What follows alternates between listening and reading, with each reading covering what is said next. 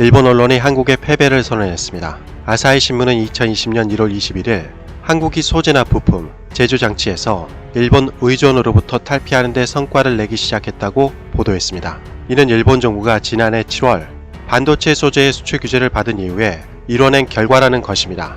지금까지 한국의 어느 역대 정권도 첨단 소재 국산화에 성과를 내지 못했기에 일본 정부는 당연히 이번에도 실패할 것이라고 보았다는 것이죠. 하지만 한국을 무시한 대가는 매우 컸습니다. 한국 정부와 한국 기업들이 대동단결해서 초스피드로 이 어려운 난관을 극복했습니다. 일본 정부는 한국이 6개월을 버티지 못할 것이라고 보았는데 결과는 전혀 달랐습니다. 오히려 일본 정부와 일본 기업들이 버티지 못했습니다. 중소벤처기업부 관계자에 따르면 일본 수출 규제와 관련해 직접적인 피해를 입은 중소기업은 하나도 없다고 밝혔습니다. 일본의 수출 규제 발표 당시 1천여 건에 달하는 피해 신고가 접수됐지만 일반적인 문의사항 등을 제외하면 간접적인 피해만 60여 건에 그친다는 것이죠. 일본은 장인 정신을 통해 기술을 개발하는 나라입니다. 당연히 기술에 대한 자부심도 컸을 것입니다. 일본은 한국이 10년이 지나도 첨단 소재만큼은 따라오지 못할 것이라고 여겼을 테지만 격차는 겨우 3개월밖에 나지 않았다고 할 수 있죠. 도리어 일본의 수출 규제가 전화위복으로 작용해 소재 부품 장비에 국산화에 성공하면서 한국 경제가 튼튼해지는 결과를 낳았습니다. 한국의 화학 소재 업체 솔브레인은 에칭가스 국산화에 성공했습니다. 또한 한국의 기술력을 알아본 세계 3대 반도체 장비 제조업체인 램 리서치가 경기도 용인에 테크놀로지 센터를 설립하겠다고 공식 발표했습니다. 램 리서치는 2018년 매출액이 96억 달러에 순이익만 21억 달러에 달합니다. 대략 한 해의 원화로 2조 5천억에 가까운 순이익을 내고 있습니다. 램 리서치는 협약에 따라 산업용지 1만에서 2만 제곱미터를 공급받아 올해 3월부터 반도체 장비와 솔루션 센터를 조성한다고 합니다.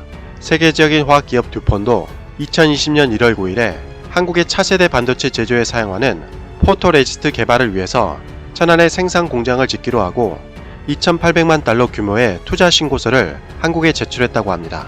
그런데 재미있는 것은 이러한 현상이 수출 규제를 주장했던 일본 기업들에게까지 영향을 미쳤다는 사실입니다. 일본 정부는 일본 기업들마저 탈일본을 선택하게 만들었습니다. 석영 유리의 세계 시장 점유율 20에서 30%를 차지하는 일본 기업 도소는 한국에 2021년부터 유리 공장을 가동할 예정입니다. 일본 기업인 니카화학 역시 한국에 약 200억 원을 투자해 정밀기기의 화면 처리에 사용하는 불소 화학품 생산을 올해 2월부터 시작할 예정이라고 합니다. 상황이 이렇게 급변하자 일본 언론들마저 패배를 선언한 상황이 되었습니다.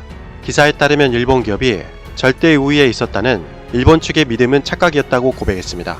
삼성 등 한국 대기업의 협력이 없다면 일본의 지위는 흔들릴 수밖에 없다는 것입니다. 정말 일본의 완벽한 패배라고 볼 수 있는데요.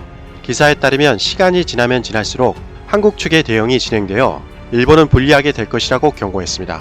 따라서 강제징용 문제 등을 포함해서 일본 정부가 한국 측에 양보를 해야만 한다고 기사는 보도했고, 만약 일본이 양보를 하지 않게 된다면 일본 경제는 세계 최강의 한일 협력체제라는 큰 보물을 잃게 될 것이라고 마무리를 지었습니다. 하지만 버스는 이미 떠났습니다. 한국은 이번 일본의 수출 규제를 통해 일본이 어떠한 나라인지 제대로 알게 되었으니까요. 삼성 등 대기업들도 일본의 위험에 대해서 깨닫게 되었기 때문입니다. 그러기에 일본이 사죄하고 양보한다고 해도 예전과 같은 한일 협력체제는 하기 어렵다는 것이죠.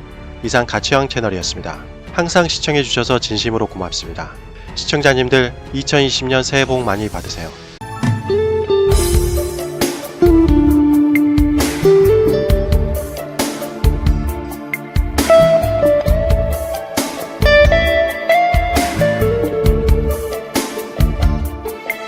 you.